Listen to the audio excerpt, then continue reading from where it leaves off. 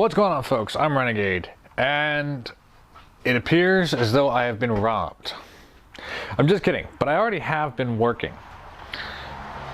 So I'm already starting this video off mid-project. But today I finally get to go and do a project that I've been looking forward to for a long time. See, obviously I'm in my garage, and this is something that I've been working on for a little while. Unlike a lot of people who do a garage build on YouTube, I didn't buy my house and have it come with a garage. I'm not renting a garage. I didn't buy a garage. I basically inherited my house, and with it came a garage, and the garage was full of crap. Honestly, call a spade a spade. So I have been cleaning it out, and I've been going through it all and trying to work on making this garage better. Trying to make it my own, which it's been a long going process, okay? But some of the things I've gotten to do already have been really cool, at least in my opinion, and I hope you guys are enjoying them too. For instance, my cabinets that I painted bright red with tractor paint. Like, I think this is really cool, and I don't know if anyone would say yes or no to doing tractor paint, but I'll also say this. If you look behind me, my door is also painted red. So far in this garage, beyond the clean out, I have painted some stuff red. I have reorganized a little bit. I've put up new lights, which is why you can see me so much better. Obviously, I've got a bunch more projects, and some of those are projects that I've been looking forward to and wanting for years. But it takes time and building blocks, right? So today, big one. Floor. This floor is a disaster. Let me show you. First of all, it's many different colors. Things have been painted here. I think there might have been some paint on the floor, like they painted the floor at some point. There's a lot of blue, but that's gone bad and worn off. And you can see some big cracks all through here where it's settled and cracked. And nothing, I don't know how well the camera will show this, but there is no level. It just pitches and rolls.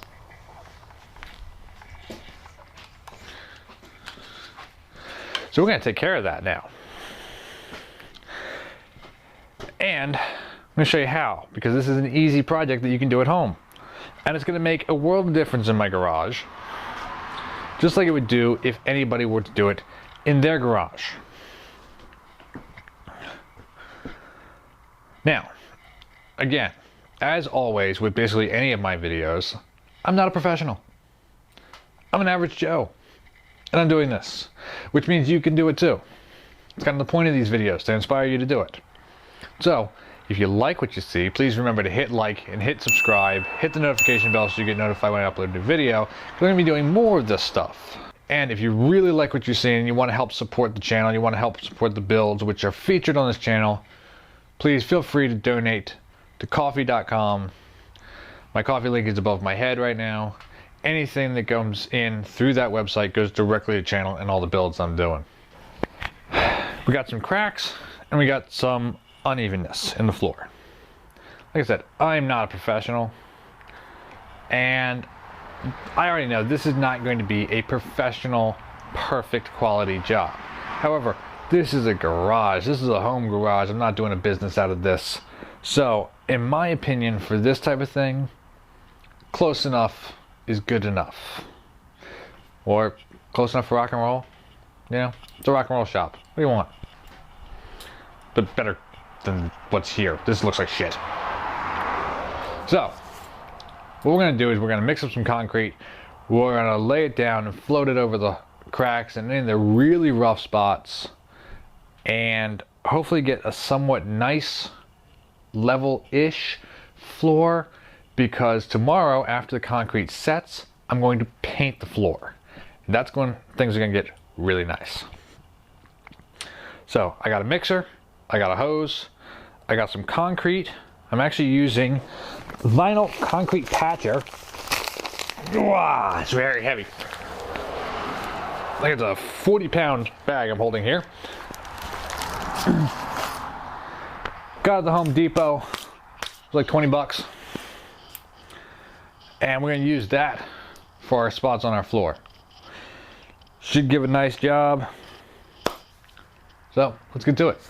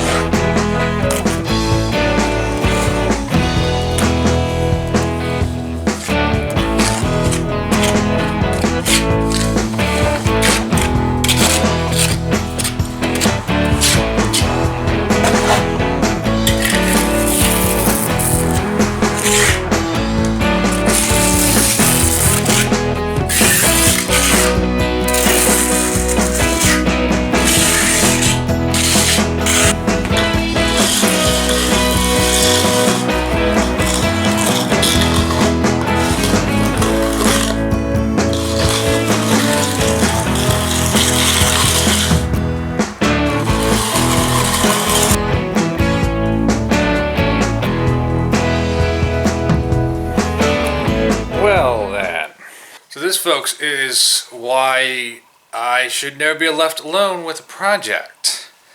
Because, see, I got a little overzealous, shall we say? And what started off as, oh yeah, I'm just going to do these little patches of the rough spots and the big cracks, ended up being basically hand trowel floating an entire floor in my garage. Like,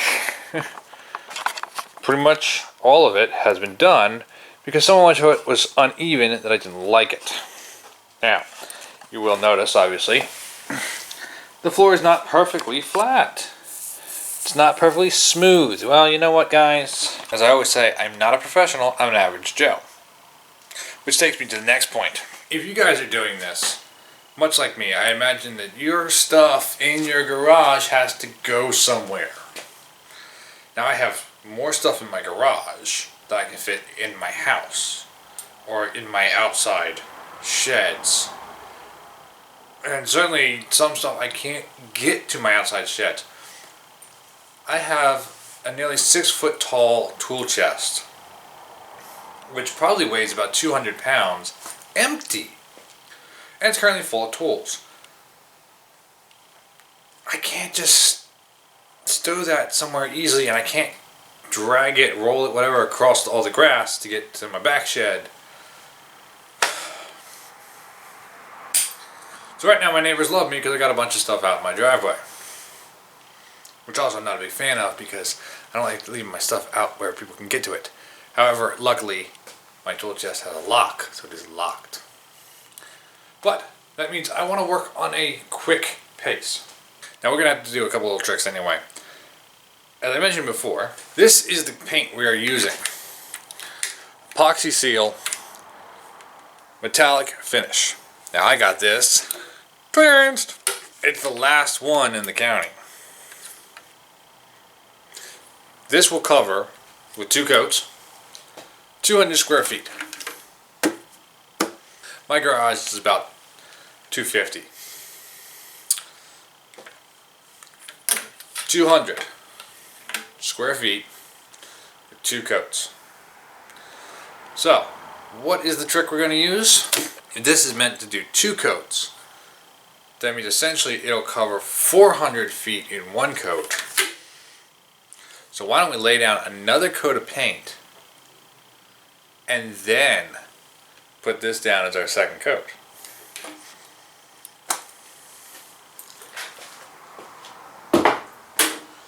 So that's what we're going to do. I have another can of paint, but a different color. This is an important time to point out kind of the science and logistics of paint. See, paint by very nature is not opaque as it is translucent. If you have paint, let's say you have a light color paint and you put it over a dark color paint, the dark color is always going to show through a little bit. You'll notice a spot, or it won't be quite the true color that you're looking for. That can be paint. However, it can also be used to your advantage. Now see, I want to put a metallic gunmetal down. Now, I went to the store just now, and I could have gotten a light gray. I could have put that down, and then put my gunmetal over top of it. The light gray being underneath the gunmetal would have made it brighter. I don't want it brighter. I want it deeper. So, I went with a charcoal gray. Now, because it's boring and everything, I'm not showing you the etching process, which I did earlier today. I had to use an etcher on fresh concrete. Basically, quick 3-in-1. It's a degreaser, it's a cleaner, it's an etcher. Okay, 1 gallon of this to 1 gallon of water. Use it and scrub the floor, and then rinse the floor thoroughly.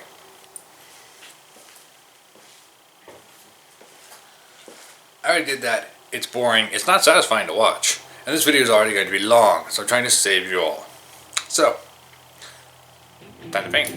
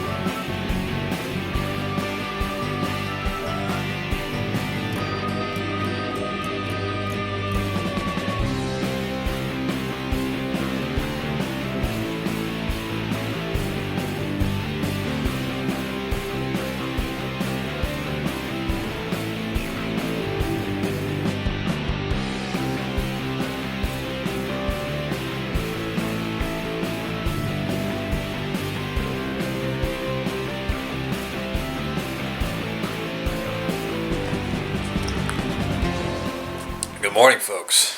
Yeah, it is morning. But sadly, well, you're supposed to wait 4 to 6 hours before putting on another coat of paint. And I shot last night very late. I actually laid down on the couch to watch some TV while I waited for the paint to dry, and I fell asleep. It happens. But first coat is done. Let's see. Looks pretty nice, honestly. Still a couple spots of tackiness, which is fine because I'm going to go over with the next coat. This is where the fun begins, okay? As I discussed before, we're going to be using the epoxy seal metallic gunmetal for our floor. But of course, because I'm me and that's just not special enough, we're also adding in flakes. And now, if you can't tell by my channel logo and all the artwork I use, and you know, things like my cabinets, and my motorcycles and my car, I got a thing for red and black. So I've got red, black, and white paint flakes. So what I'm actually going to be doing is, and what you should do if you're doing this, as you're laying down the paint, you work in roughly 4 foot by 4 foot squares. You want to keep a wet edge so you don't end up with any weird overlaps that aren't blended. We're going to do basically a 4 foot square, then sprinkle these onto the wet paint, then move on to the next and continue it. What's going to happen is that these paint flakes are going to end up being stuck in the paint, so they'll sit on top of the metallic. It should give a really cool finish, and I'm quite looking forward to seeing it. So, let's get to it.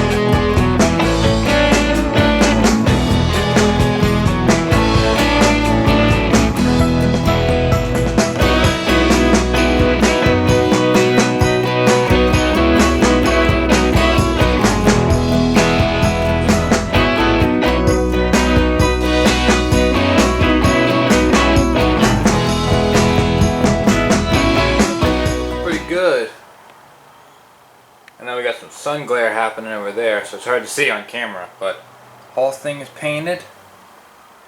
Got the paint flake all down.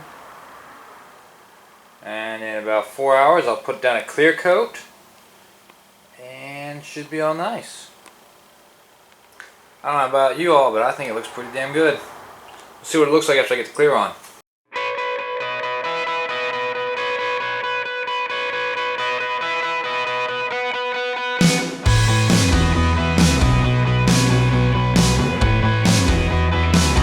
So what do you guys think? I think yeah, pretty good myself. Now, to address an elephant in the room. Some of my paint got a little milky, a little patchy, and kind of a little marbleized. This is when I will tell you that no, this was not entirely the finish that I was looking forward to. This is not what I had in mind. However, I do still kind of like it myself. So here's what happened. Last night, I'm putting down the clear coat, and I've done everything I possibly can to try and make this as good as I can,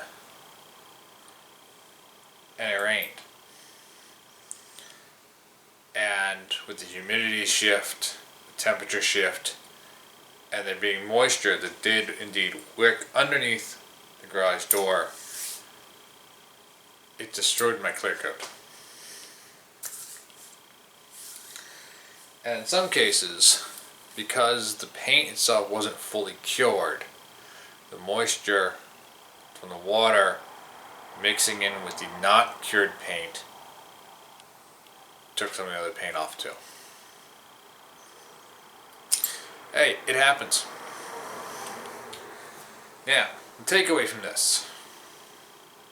I'm a little unhappy with the epoxy seal product. I would have thought it would have been a little more hardy for that type of thing. Like, it had been a good 7 hours or so between when I put down the metallic and when I put down the clear coat.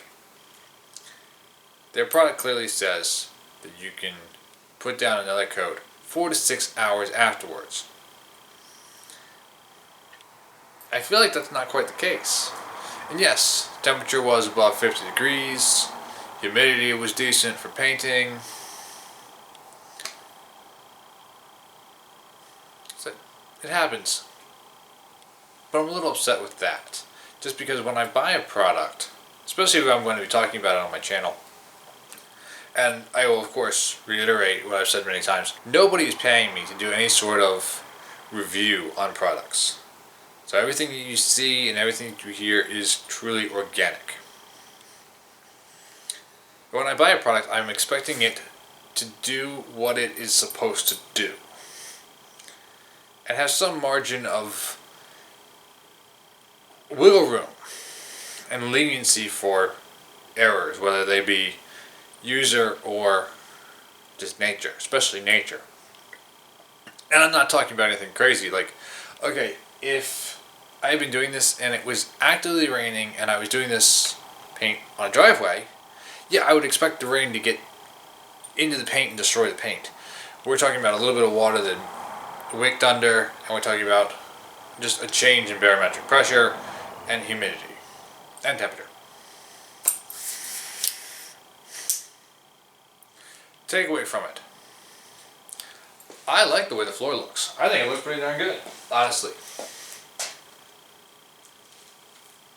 But it's not what I had planned. So despite me liking it, I don't know if I would suggest to someone else that they buy this product.